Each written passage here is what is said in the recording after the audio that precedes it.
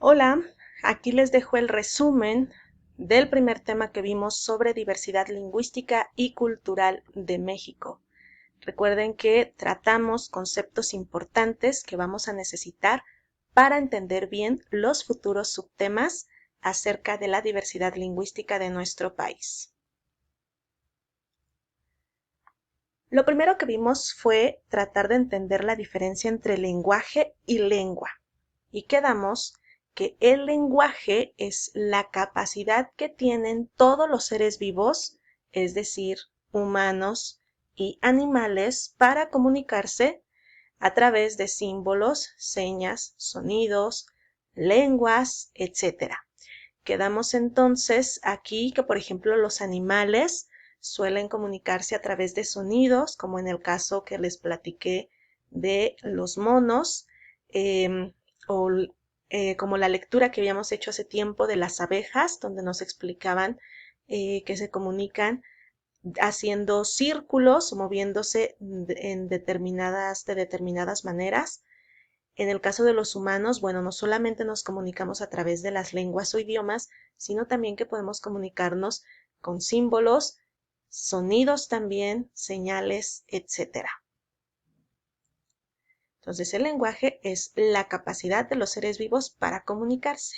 Y la lengua, recuerden que es exclusiva de los humanos. La lengua entonces es un sistema que tiene sus propias reglas gramaticales, su propio vocabulario, sonidos, ortografía, etc. Quedamos que es sinónimo de idioma. Cuando hablamos acerca de, por ejemplo, que tiene sus propios sonidos una lengua, vimos ahí ejemplos de sonidos que no existen en español y viceversa, sonidos que tiene el español y que no existen en otros idiomas. Igual la ortografía, les mencionaba por ahí, por ejemplo, los diferentes tipos de tildes que tienen en francés. También les explicaba reglas gramaticales, por ejemplo, del inglés en comparación al español, etcétera. ¿Sí? Entonces, acuérdense, el lenguaje que damos es la capacidad de los seres vivos para comunicarse y la lengua es exclusiva de los humanos y puede ser oral o escrita. ¿Cuáles son ejemplos de lenguas? Pues pueden ser el español que nosotros hablamos, el inglés, el italiano, francés, griego, alemán, coreano, japonés, pero también ahí encontramos lenguas como el náhuatl, el maya, el purépecha, entre muchísimas otras. Hay cientos y cientos de lenguas en el mundo.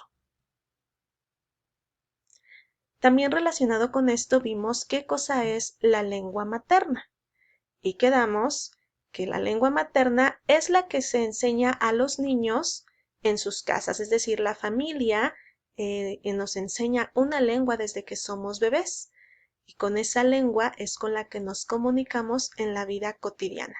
En nuestro caso, por ejemplo, nuestra lengua materna es el español. Luego vimos un concepto muy importante para este tema que es el dialecto. Por ahí también recuerden que les puse muchísimos ejemplos acerca de esto. ¿Qué cosa es el dialecto? ¿Qué relación tiene con la lengua o qué las hace diferentes? Pues vamos a recordarlo. A manera de resumen, podemos decir que el dialecto es la manera en la que se habla una lengua en una determinada zona geográfica. Por tanto, todas las lenguas van a tener uno o más dialectos.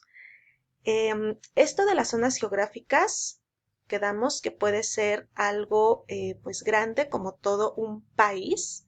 Por ejemplo, el español de Cuba es diferente al que nosotros conocemos o estamos acostumbrados aquí en México. Y también es diferente tanto el de Cuba como el de México al español de España, ¿sí? Estas diferencias, acuérdense que vimos algunos ejemplos, pueden ser de el ritmo, es decir, el cómo suena cuando hablamos el español. Puede ser también por la pronunciación, que damos, por ahí escuchamos algunos ejemplos de España y vimos que ellos pronuncian diferente la C y la Z, ¿verdad? Eso entonces también es una variante dialectal. Otros ejemplos también podría ser por el significado de las palabras o por las diferentes palabras que se utilizan. Por ahí les platiqué el significado de goma. Ajá, para nosotros significa una cosa y en otros países tiene otro significado. O también vimos las diferentes maneras de llamarle a las palomitas de maíz o las diferentes formas de referirse al aguacate, ¿sí? Todos esos ejemplos entonces son ejemplos de variación dialectal. Es la misma lengua que es el español, pero en diferentes dialectos. Entonces, esa es una zona geográfica grande, es un país, pero dentro de los países también puede haber más dialectos. Por ejemplo, vamos a hablar específicamente de nuestro país. Aquí podemos distinguir que el español que se habla en la Ciudad de México, sobre todo ese español que todos conocemos como el chilango, es muy diferente al español, por ejemplo, que hablan los que viven en Monterrey o los que son de Yucatán, ¿sí? ¿Por qué? Pues suena diferente a nuestros oídos, luego identificamos que es una persona de otro lugar, y también el significado de algunas palabras. Recuerden que ustedes me mencionaban varias, por ejemplo, la manera de referirse a un niño. Hay muchísimas maneras dependiendo de la zona en la que se le puede llamar a un niño.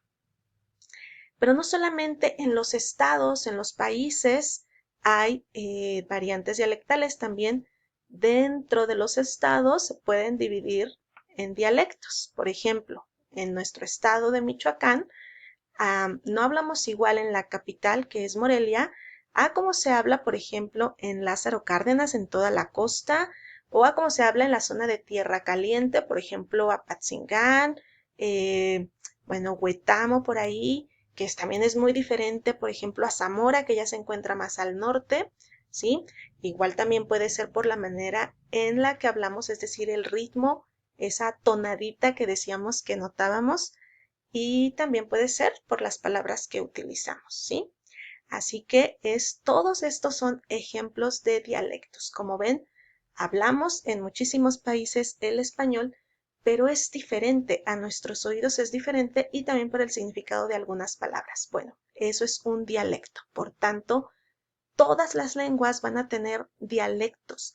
En el caso del español, que se habla en tantos países, pues los dialectos son cientos, cientos de dialectos del español.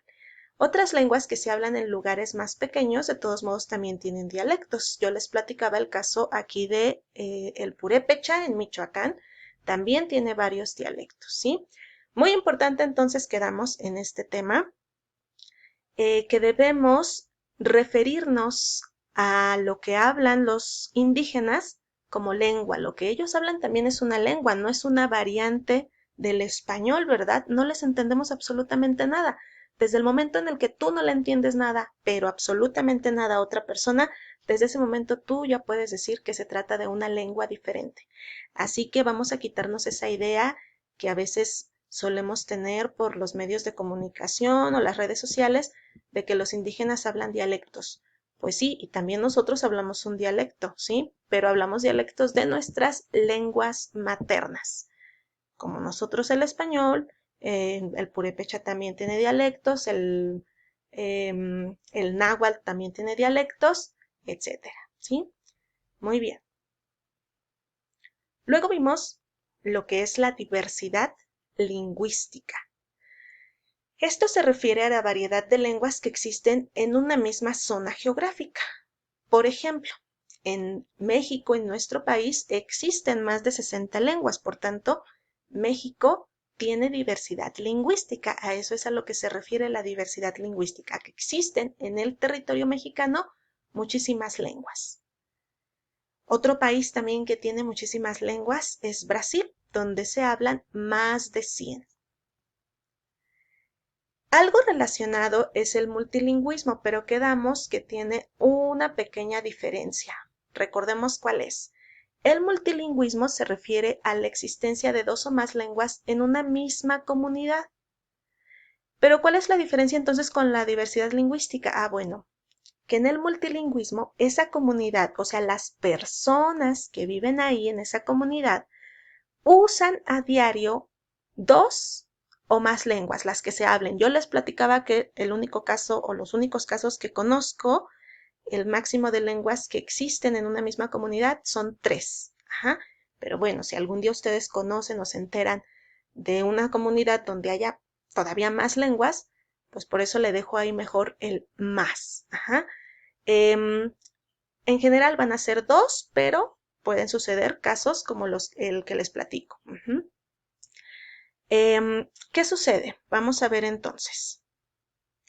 Aquí en nuestro estado, en la zona del lago de Pátzcuaro, muchos habitantes hablan el purépecha, que es la lengua materna. Pero también, pues por necesidades, para recibir, digamos, atención médica, para ir a la escuela y demás, pues tuvieron la necesidad de aprender español. Sobre todo porque se trata de una zona turística e incluso muchos de ellos también hablan inglés, sobre todo los comerciantes, porque llegan muchos turistas extranjeros, ¿sí? Bueno, esa zona de Pátzcuaro entonces es una zona donde hay multilingüismo porque la comunidad habla purépecha y también hablan español.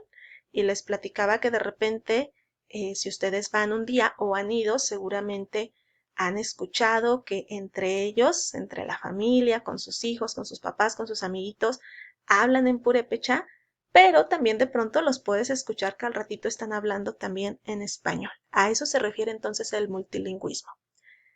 En resumen, la diversidad lingüística es solamente que las lenguas o varias lenguas existan en una misma zona geográfica, y en el multilingüismo también existen diferentes lenguas en una misma zona, pero la diferencia es que la comunidad, o sea, las personas, utilizan esas 2 lenguas o más todos los días, ¿sí? Deben utilizarla y conocerla a la perfección, las 2 o más lenguas que existan ahí.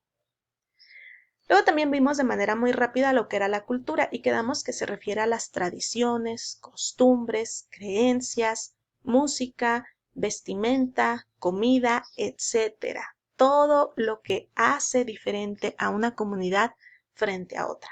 Por ejemplo, todo lo que nos hace diferentes a nosotros como mexicanos frente al resto de América Latina, por mencionar un ejemplo.